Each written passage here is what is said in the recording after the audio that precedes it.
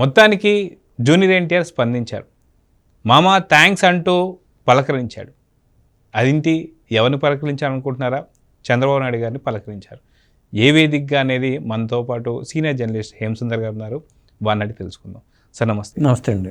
ఎంతో కాలంగా ఉన్నటువంటి ఈ యొక్క ఏమంటారు అనమాట, చిన్న ఇష్యూ కావచ్చు, ఇంకేదైనా కావచ్చు, ఇక్కడితో సమస్య పోయిందా అంటే ఏం చెప్తారు? మొత్తానికి జూనియర్ ఎన్టీఆర్ వాళ్ళ యొక్క మామ చంద్రబాబు నాయుడు గారిని పలకరించడం కావచ్చు, లేదా డిప్యూటీ సీఎంని పలకరించడం కావచ్చు, దీన్ని ఎలా చూడాలంటారు? అంటే వాళ్ళ విషయానికి వచ్చేసరికి వాళ్ళు స్పందించారనుకోవాలండి. అంటే బాబు గారి విషయంలో వాళ్ళు స్పందించుంటే బాగుండేది. అక్కడ స్పందించకపోబట్టే ఇంత ఇష్యూ అయింది ఇది.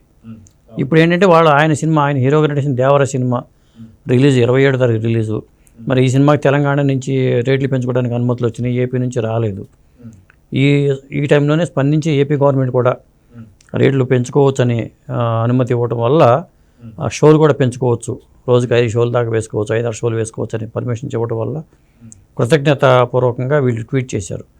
నేను ఎన్టీఆర్ ఆర్ట్స్ నిర్మాతగా కళ్యాణ్ రాము, మన సినిమా హీరోగా జూనియర్ ఎన్టీఆర్ ట్వీట్ చేసుకుంటూ చంద్రబాబు నాయుడు గారికి, పవన్ కళ్యాణ్ గారికి, అలాగే సినిమాటోగ్రఫీ మంత్రి కందుల దుర్గేష్ గారికి కృతజ్ఞతలు చెప్పడం అనేది ట్వీట్ ద్వారా చెప్పారు వాళ్ళు. ఈ విధంగా ఇది సమసిపోయింది అనుకోవటం సముచితమేమో అనిపిస్తుంది. ఎందుకంటే మరి వాళ్ళు పెద్ద మనసు చేసుకుని ఈ సినిమాకి ఎటువంటి ఆటంకాలు లేకుండా, ఇప్పటికే అభిమానుల మధ్యలో గ్యాప్ వచ్చేసింది, నందమూరి అభిమానులు 2గా చీలిపోయారనే రకరకాల వార్తల నేపథ్యంలో ఏపీ గవర్నమెంట్ కూడా స్పందించి అన్ని సినిమాలకు మాదిరిగానే కల్కికి ఎట్లయితే పర్మిషన్ ఇచ్చారో అలాగే వీళ్ళు కూడా పెంచుకోవడానికి అనుమతి ఇచ్చారు. అయితే గతంలో కూడా మనం కొన్ని వార్తలు విన్నాం. ఏంటి అంటే విజయవాడ వరదలకు సంబంధించి, ముప్పుకు సంబంధించి జూనియర్ ఎన్టీఆర్తో పాటు రామ్ చరణ్ ఇద్దరూ కలిసి చంద్రబాబు నాయుడు గారిని కలుస్తానికి, చెక్కిస్తానికి వెళ్తున్నారని చెప్పి, బట్ అనుకోని విధంగా చంద్రబాబు నాయుడు గారి టూర్ ఢిల్లీకి సాగిందని చెప్పి అయితే మనం విన్నాం. మొత్తానికి అతి తొందరలో కలిసే అవకాశం కూడా ఉన్నాయని వార్తలు అయితే వస్తున్నాయి. దీంట్లో ఎంతవరకు నిజం ఉందనుకోవచ్చు? కలిసే అవకాశం ఉంది. బహుశా నేను అనుకోవటం 27 తారీఖు లోపే కలవచ్చేమో. ఎందుకంటే వాళ్ళు ట్వీట్ ద్వారా వాళ్ళు చేశారు కాబట్టి, ఇప్పటికే ప్రకటించిన వాళ్ళు వరద బాధితులను ఆదుకోవడానికి చిరంజీవి గారు ప్రకటించారు. వీళ్ళందరూ కలిపి చంద్రబాబు నాయుడు గారికి ఆ చెక్కుల రూపంలో ఆ ప్రకటించిన అమౌంట్ అందజేశారు కాబట్టి, మరి జూనియర్ ఎన్టీఆర్ కూడా, మరి కళ్యాణ్ రామ్ కానీ జూనియర్ ఎన్టీఆర్ కానీ వీళ్ళు కూడా అందజేయాల్సిన అవసరం ఉంది కాబట్టి నేను అనుకోవడం అడిగి ఉంటారు. ఆయన వాళ్ళు టైం ఇస్తే, ఇప్పుడు ట్వీట్ ద్వారా ఎట్లాగో చెప్పారు కాబట్టి డైరెక్ట్గా కలిసి వాళ్ళు అనుకున్న అమౌంట్ కూడా ఇచ్చే అవకాశాలు ఎక్కువగా ఉన్నాయి. బహుశా ఈ 2-3 రోజుల్లో కూడా మనం చూడొచ్చు. సో మొత్తానికి సినిమాపై అయితే అంచనాలు అయితే పెరుగుతూ వస్తున్నాయి. మొత్తానికి సినిమాకి సంబంధించి అంచనాలు ఎలా ఉన్నాయంటే ఏం చెప్తారు? అంటే సినిమాకి సంబంధించి అంచనాల పరంగా చూసుకుంటే, ఇది సీక్వెల్గా సినిమా 2 పార్ట్లుగా రాబోతుంది కాబట్టి ప్రస్తుతానికైతే భారీ అంచనాలు అయితే ఉన్నాయండి.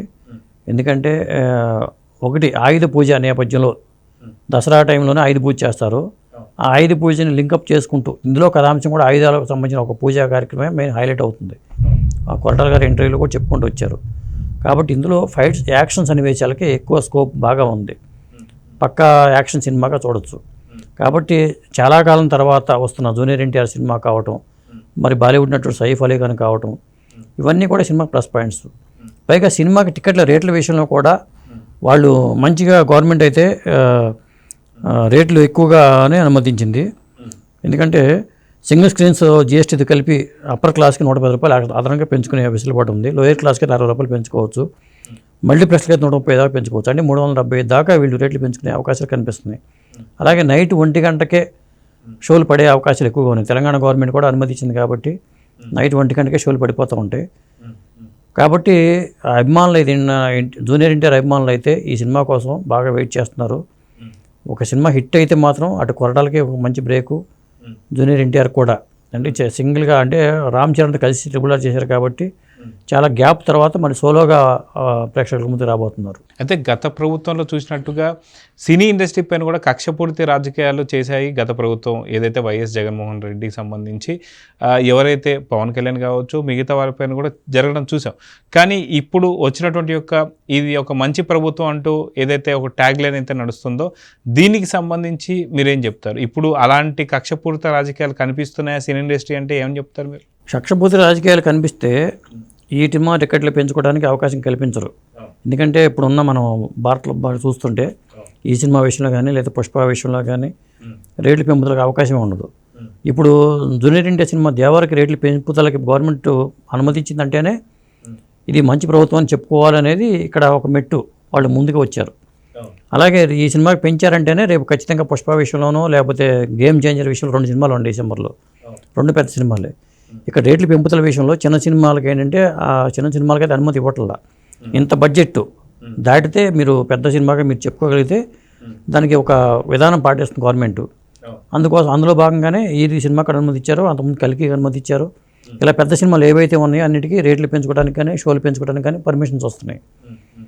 ఒక విధంగా చెప్పాలంటే ఇది గవర్నమెంట్ కక్షపూరిత రాజకీయాలకు స్వస్తి చెప్పి సినిమా ఇండస్ట్రీని కూడా ఒక అందరిలో ఒక భాగంగానే గవర్నమెంట్ చూస్తుందని చెప్పడానికి ఇది ఉదాహరణగా చెప్పొచ్చు. సో ఈ యొక్క వాతావరణాన్ని పూర్తిగా ఒక మంచి వాతావరణం అని చెప్పి అనుకోవచ్చా సినీ ఇండస్ట్రీలో? అలాగే ఉండాలండి. ఎందుకంటే రాజకీయాలు చేసుకుంటూ ముందుకు వెళ్ళిపోతూ ఉంటే కష్టం, డెవలప్మెంట్ అనేది కనిపించదు. ఏ గవర్నమెంట్ అయినా సరే డెవలప్మెంట్ మీద ఫోకస్ పెట్టుకుంటూ ముందుకు వెళ్ళాల్సింది తప్పితే మన వ్యక్తిగత కక్షల్ని రాజకీయాలు మీద చేసుకుంటూ విభేదాలతో ముందుకెళ్తే చాలా ఇబ్బందికరంగా ఉంటుంది. కాబట్టి చాలా కంఫర్ట్గా అనిపిస్తుంది సినిమా ఇండస్ట్రీ వాళ్ళకు కూడా. ఈ గవర్నమెంట్ పరిపాలనలో చాలా కంఫర్ట్గా వాళ్ళు ముందుకెళ్తున్నారు. వాళ్ళు అనుకుంటున్నట్టుగా నంది అవార్డుల కార్యక్రమాలు కానీ లేకపోతే ఎఫ్డిసి చైర్మన్ ప్రకటించేసి త్వరగా డెవలప్మెంట్ ఇండస్ట్రీ డెవలప్మెంట్కి గవర్నమెంట్ కూడా ఇంకా ముందుకు వస్తే ఇండస్ట్రీ కూడా చాలా హ్యాపీ ఫీల్ అవుతుంది. మొత్తానికి సినీ ఇండస్ట్రీకి అండ్ ప్రభుత్వానికి ఒక మంచి రిలేషన్స్ కొనసాగాలని, గతంలో చూసినట్టుగా కక్షపూర్తి రాజకీయాలు చూడకుండా సో మంచి వాతావరణంలో 2 కూడా జరగాలని అయితే కోరుకుందాం. నమస్తే. నమస్తే.